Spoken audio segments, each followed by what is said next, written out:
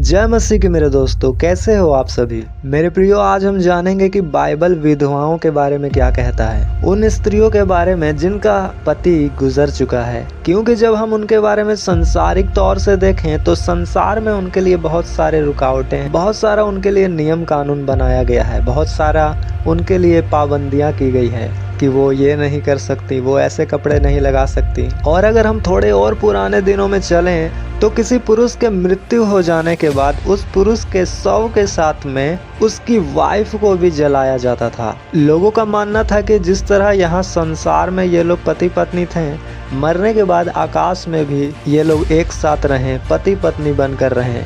तो संसार विधवाओं के साथ बड़ा क्रूरता के साथ, जालिमता के साथ बर्ताव किया करती थी और अब तक भी करती आई हैं। तो आज भी जब गांव या कहीं और हम जाकर देखें तो विधवा स्त्रियों को लोग अपशगुन माना करते हैं। कुछ फंक्शन या पार्टियों में जाना उनको अलाउ नहीं किया जाता, खुशियों वाले माहौल में उनका आना जाना बैन किया जाता है। तो ये तो रहा मेरे प्रिय दुनियादारी की बातें कि उनके साथ दुनिया में क्या क्या होता है। परंतु अब हम बात करें बाइबल के विषय में तो हमारा परमेश्वर उन लोगों को कैसे ट्रीट करता है, हमारा सच्चा खुदा उन विधवाओं के बारे में क्या कहता है। तो मैं आपको बता दूं कि जब आप पुराने नियम की पुस्तक से लेकर नए नियम की लास्ट पुस्तक तक पढ़ोगे तो विधवाओं का जिक्र आता है। क्योंकि उन वचनों में परमेश्वर ने अपने लोगों को सिखाया है, बताया है, सख्त हिदायत दिया है कि कोई भी विधवाओं को दुखी नहीं करेगा, कोई भी उनको परेशान नहीं करेगा या उनका न्याय नहीं बिगाड़ेगा, कोई उनके खिलाफ कोई काम नहीं करेगा, उनको लूटेगा नहीं।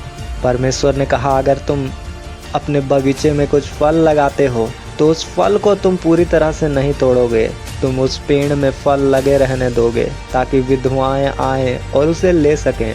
तुम अपने खेत में सारा फसलें नहीं काट सकते, कुछ कुछ फसलें तुम्हें छोड़ना पड़ेगा कि विधवाएं उससे खा सके। लिखा है जो कोई विधवाओं को कष्ट देगा, दुखी करेगा, उसको परमेश्वर यहोवा श्राप देगा। तो बहुत सारा नियम परमेश्वर ने लोगों को दिया है विधवाओं के बारे में कि उनके लिए हमें क्या क्या करना है और कैसे उनको दुखी नहीं करना है। क्योंकि मेरे दोस्तों बाइबल के अनुसार उनका हस्बैंड, उनका पति शरीर में भले ही मर चुका है, लेकिन हमारा परमेश्वर कहता है कलीसिया यीशु की दुल्हन है और इसलिए अपनी दुल्हन को संभालना, उनका ख्याल रखना वो जीसस का काम है। और इसलिए ही बाइबल में परमेश्वर ने विधवाओं के लिए इतने इतने नियम बनाए रखा है कि उनके हस्बैंड के मरने के बाद भी उनको संभालने वाला परमेश्वर हो और उसी के वचन के द्वारा लोग काम करें जिससे कि विधवाएं खा सकें और आनंदित हो सकें। और उन्हीं वचनों को जो परमेश्वर विधवाओं के लिए करने को कहता है हमें, अय्यूब वो वचनों को पूरा फॉलो करता था। लिखा है अय्यूब की पत्री 29 अध्याय का 13 में, वो कहता है जो नाश होने पर था मुझे आशीर्वाद देता था और मेरे कारण विधवा आनंद के मारे गाती थी। हालेलुया।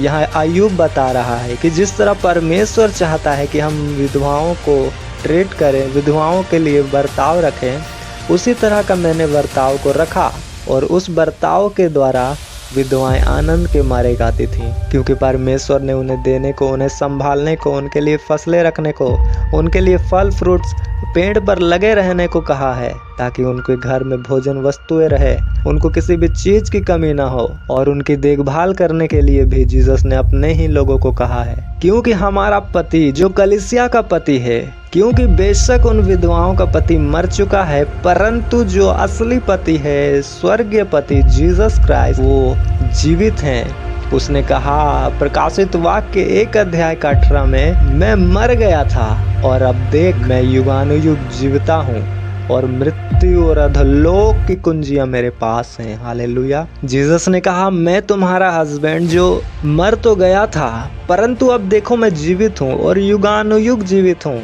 तो मेरे प्रियो, जिसका हस्बैंड जीवित है उसकी पत्नी को फिर क्या टेंशन, क्या प्रॉब्लम, फिर वो विधवा कैसे हुई, फिर वो लोगों के लिए अपशगुन कैसे हुई, फिर वो लोगों के लिए बैड लक कैसे हुई, फिर उसके लिए अलग नियम कानून दुनिया में कैसे बना गया। जीसस कहते हैं वो विधवाएं भी आम स्त्रियों की तरह है, उसको भी हर एक चीज करने का हक है, उसको अलग रीति से देखने का किसी को हक नहीं दिया है जीसस ने। क्योंकि उसका पति स्वयं परमेश्वर है। लिखा है वो अनाथों और विधवाओं की सुधि लेता है। अपना आँख वो विधवाओं के ऊपर नित्य लगाए रहता है। इसलिए एलिय्याह को सारपत की विधवा के घर भेजा गया था। वो चाहता तो किसी राजे के पास भेज देता, किसी बड़े घराने के पास भेज देता, लेकिन वो एक विधवा के घर भेजता है ताकि अपने दास के द्वारा उस विधवा को ब्लेस कर सके। वो चाहता है कि उसकी दुल्हन आनंद के मारे गाए, जिस तरह की अय्यूब ने बताया कि विधवा मेरे कारण आनंद के मारे गाती थी। और जहाँ संसार में उसके पति के मृत्यु के बाद उस विधवा को भी जला दिया जाता है, वहीं दूसरी ओर जीसस का वचन कहता है पहला तीमुथियुस 5:14 में, इसलिए मैं यह चाहता हूँ कि जवान विधवाएं ब्याह करें और बच्चे जने और घर बार संभालें और किसी विरोधी को बदनाम करने का अवसर ना दें। हालेलुया। जहाँ लोग विधवा होने के बाद उनको जला दे रहे हैं, मार दे रहे हैं, उनको अलग कर रहे हैं, उनको दूसरी शादी करने का अलाउ नहीं कर रहे हैं, लेकिन जीसस ने कहा कि अगर तुम्हारा उम्र 55 वर्ष है या 60 वर्ष से कम की स्त्री है तो वो ब्याह करे। लिखा है बाइबल। हाँ, अगर 60 वर्ष से उसकी आयु ज़्यादा है, अधिक है, तो वो शादी ना करे, वो ऐसे ही रहे। लेकिन अगर वो जवान है तो परमेश्वर कहता है कि वो शादी करे ताकि लोग उस पर उंगलियां ना उठाएं, उसको बदनाम ना करें, उसके कहीं आने और जाने पर सवाल खड़ा ना करें, उसका जीवन नरक ना बना दे, क्योंकि उसे भी जीवन जीने का हक है, आनंद मनाने का उसे हक है, उसे अपनी लाइफ को बिताने का हक है, क्योंकि परमेश्वर हर एक चीज़ रिस्टोर करते हैं। परमेश्वर के नज़र में कोई भी चीज़ ख़त्म नहीं होता, वो चाहे तो उसे फिर से रिन्यू कर देते हैं, लेकिन संसार ऐसा नहीं कर सकता। इसलिए वो विधवाओं को मारना चाहते हैं, वो विधवाओं को मार देते थे, परंतु परमेश्वर कहता है विधवाएं फिर से अपना घर बनाएं, फिर से शादी करें, फिर से वो बच्चे पैदा करें और घर बार संभालें, क्योंकि उनके नज़र में विधवाएं भी अनमोल और प्रतिष्ठित हैं। वो उनको अपशगुन के तौर पर नहीं देखता, वो उनको अपनी खुशियों में शामिल करता है। हालेलुया। और मेरे प्रियो, जब जब किसी विधवाओं ने प्रार्थना किया है बाइबल में, उनकी सुनी गई है। और लूका की पुस्तक हम जब पढ़ेंगे तो वहाँ लिखा है एक विधवा थी जो सिर्फ 7 साल अपने पति के साथ रही थी और 7 साल बाद उसके पति गुजर गए और वो मंदिर में लगातार सेवा करती रही और उसके बुढ़ापे तक वो प्रार्थना करती रही कि मसीह को देखें। और जीसस को जन्म लेना पड़ा, क्योंकि चाहे भविष्यवाणी कितनी भी बाइबल में की गई हो कि मसीह आने वाला है, परंतु जब तक उसको पुकारा ना जाता, बाइबल कहता है मसीह या कुछ भी चीज़ भविष्यवाणी बिना प्रार्थना के पूरी नहीं होती। तो वो विधवा प्रार्थना कर रही थी, अपने बुढ़ापे तक उसने अपना प्रार्थना को नहीं चेंज किया और जीसस ने जन्म लिया और उससे दर्शन दिया। हालेलुया। जब सारपत के विधवा का बेटा मर गया तो उसने एलिसा को कहा और उसका बेटा को एलिसा ने जीवित कर दिया। तो ऐसा बड़ा सारा काम हुआ है मेरे प्रियो। जब विधवाओं ने कुछ प्रार्थना किया, मांगा है, परमेश्वर ने तुरंत उसका उत्तर दिया है, क्योंकि वो उसका रखवाला है। वो अपने लोगों का, अपने दुल्हन का ध्यान रखना जानता है, क्योंकि वो अच्छा हस्बैंड है, अच्छा पति है।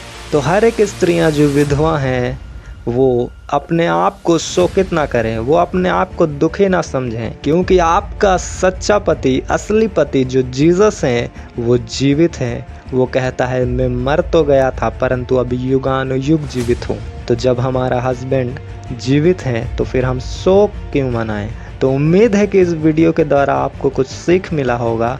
तो हम मिलते हैं फिर से किसी और वीडियो में परमेश्वर की हुजूरी के साथ। तब तक के लिए आप सभी को मेरे प्रिय जय मसीह की। कदे खुदा नहीं जुदा, अज भी जिंदा है एलिय्याह दा खुदा, अज भी जिंदा है।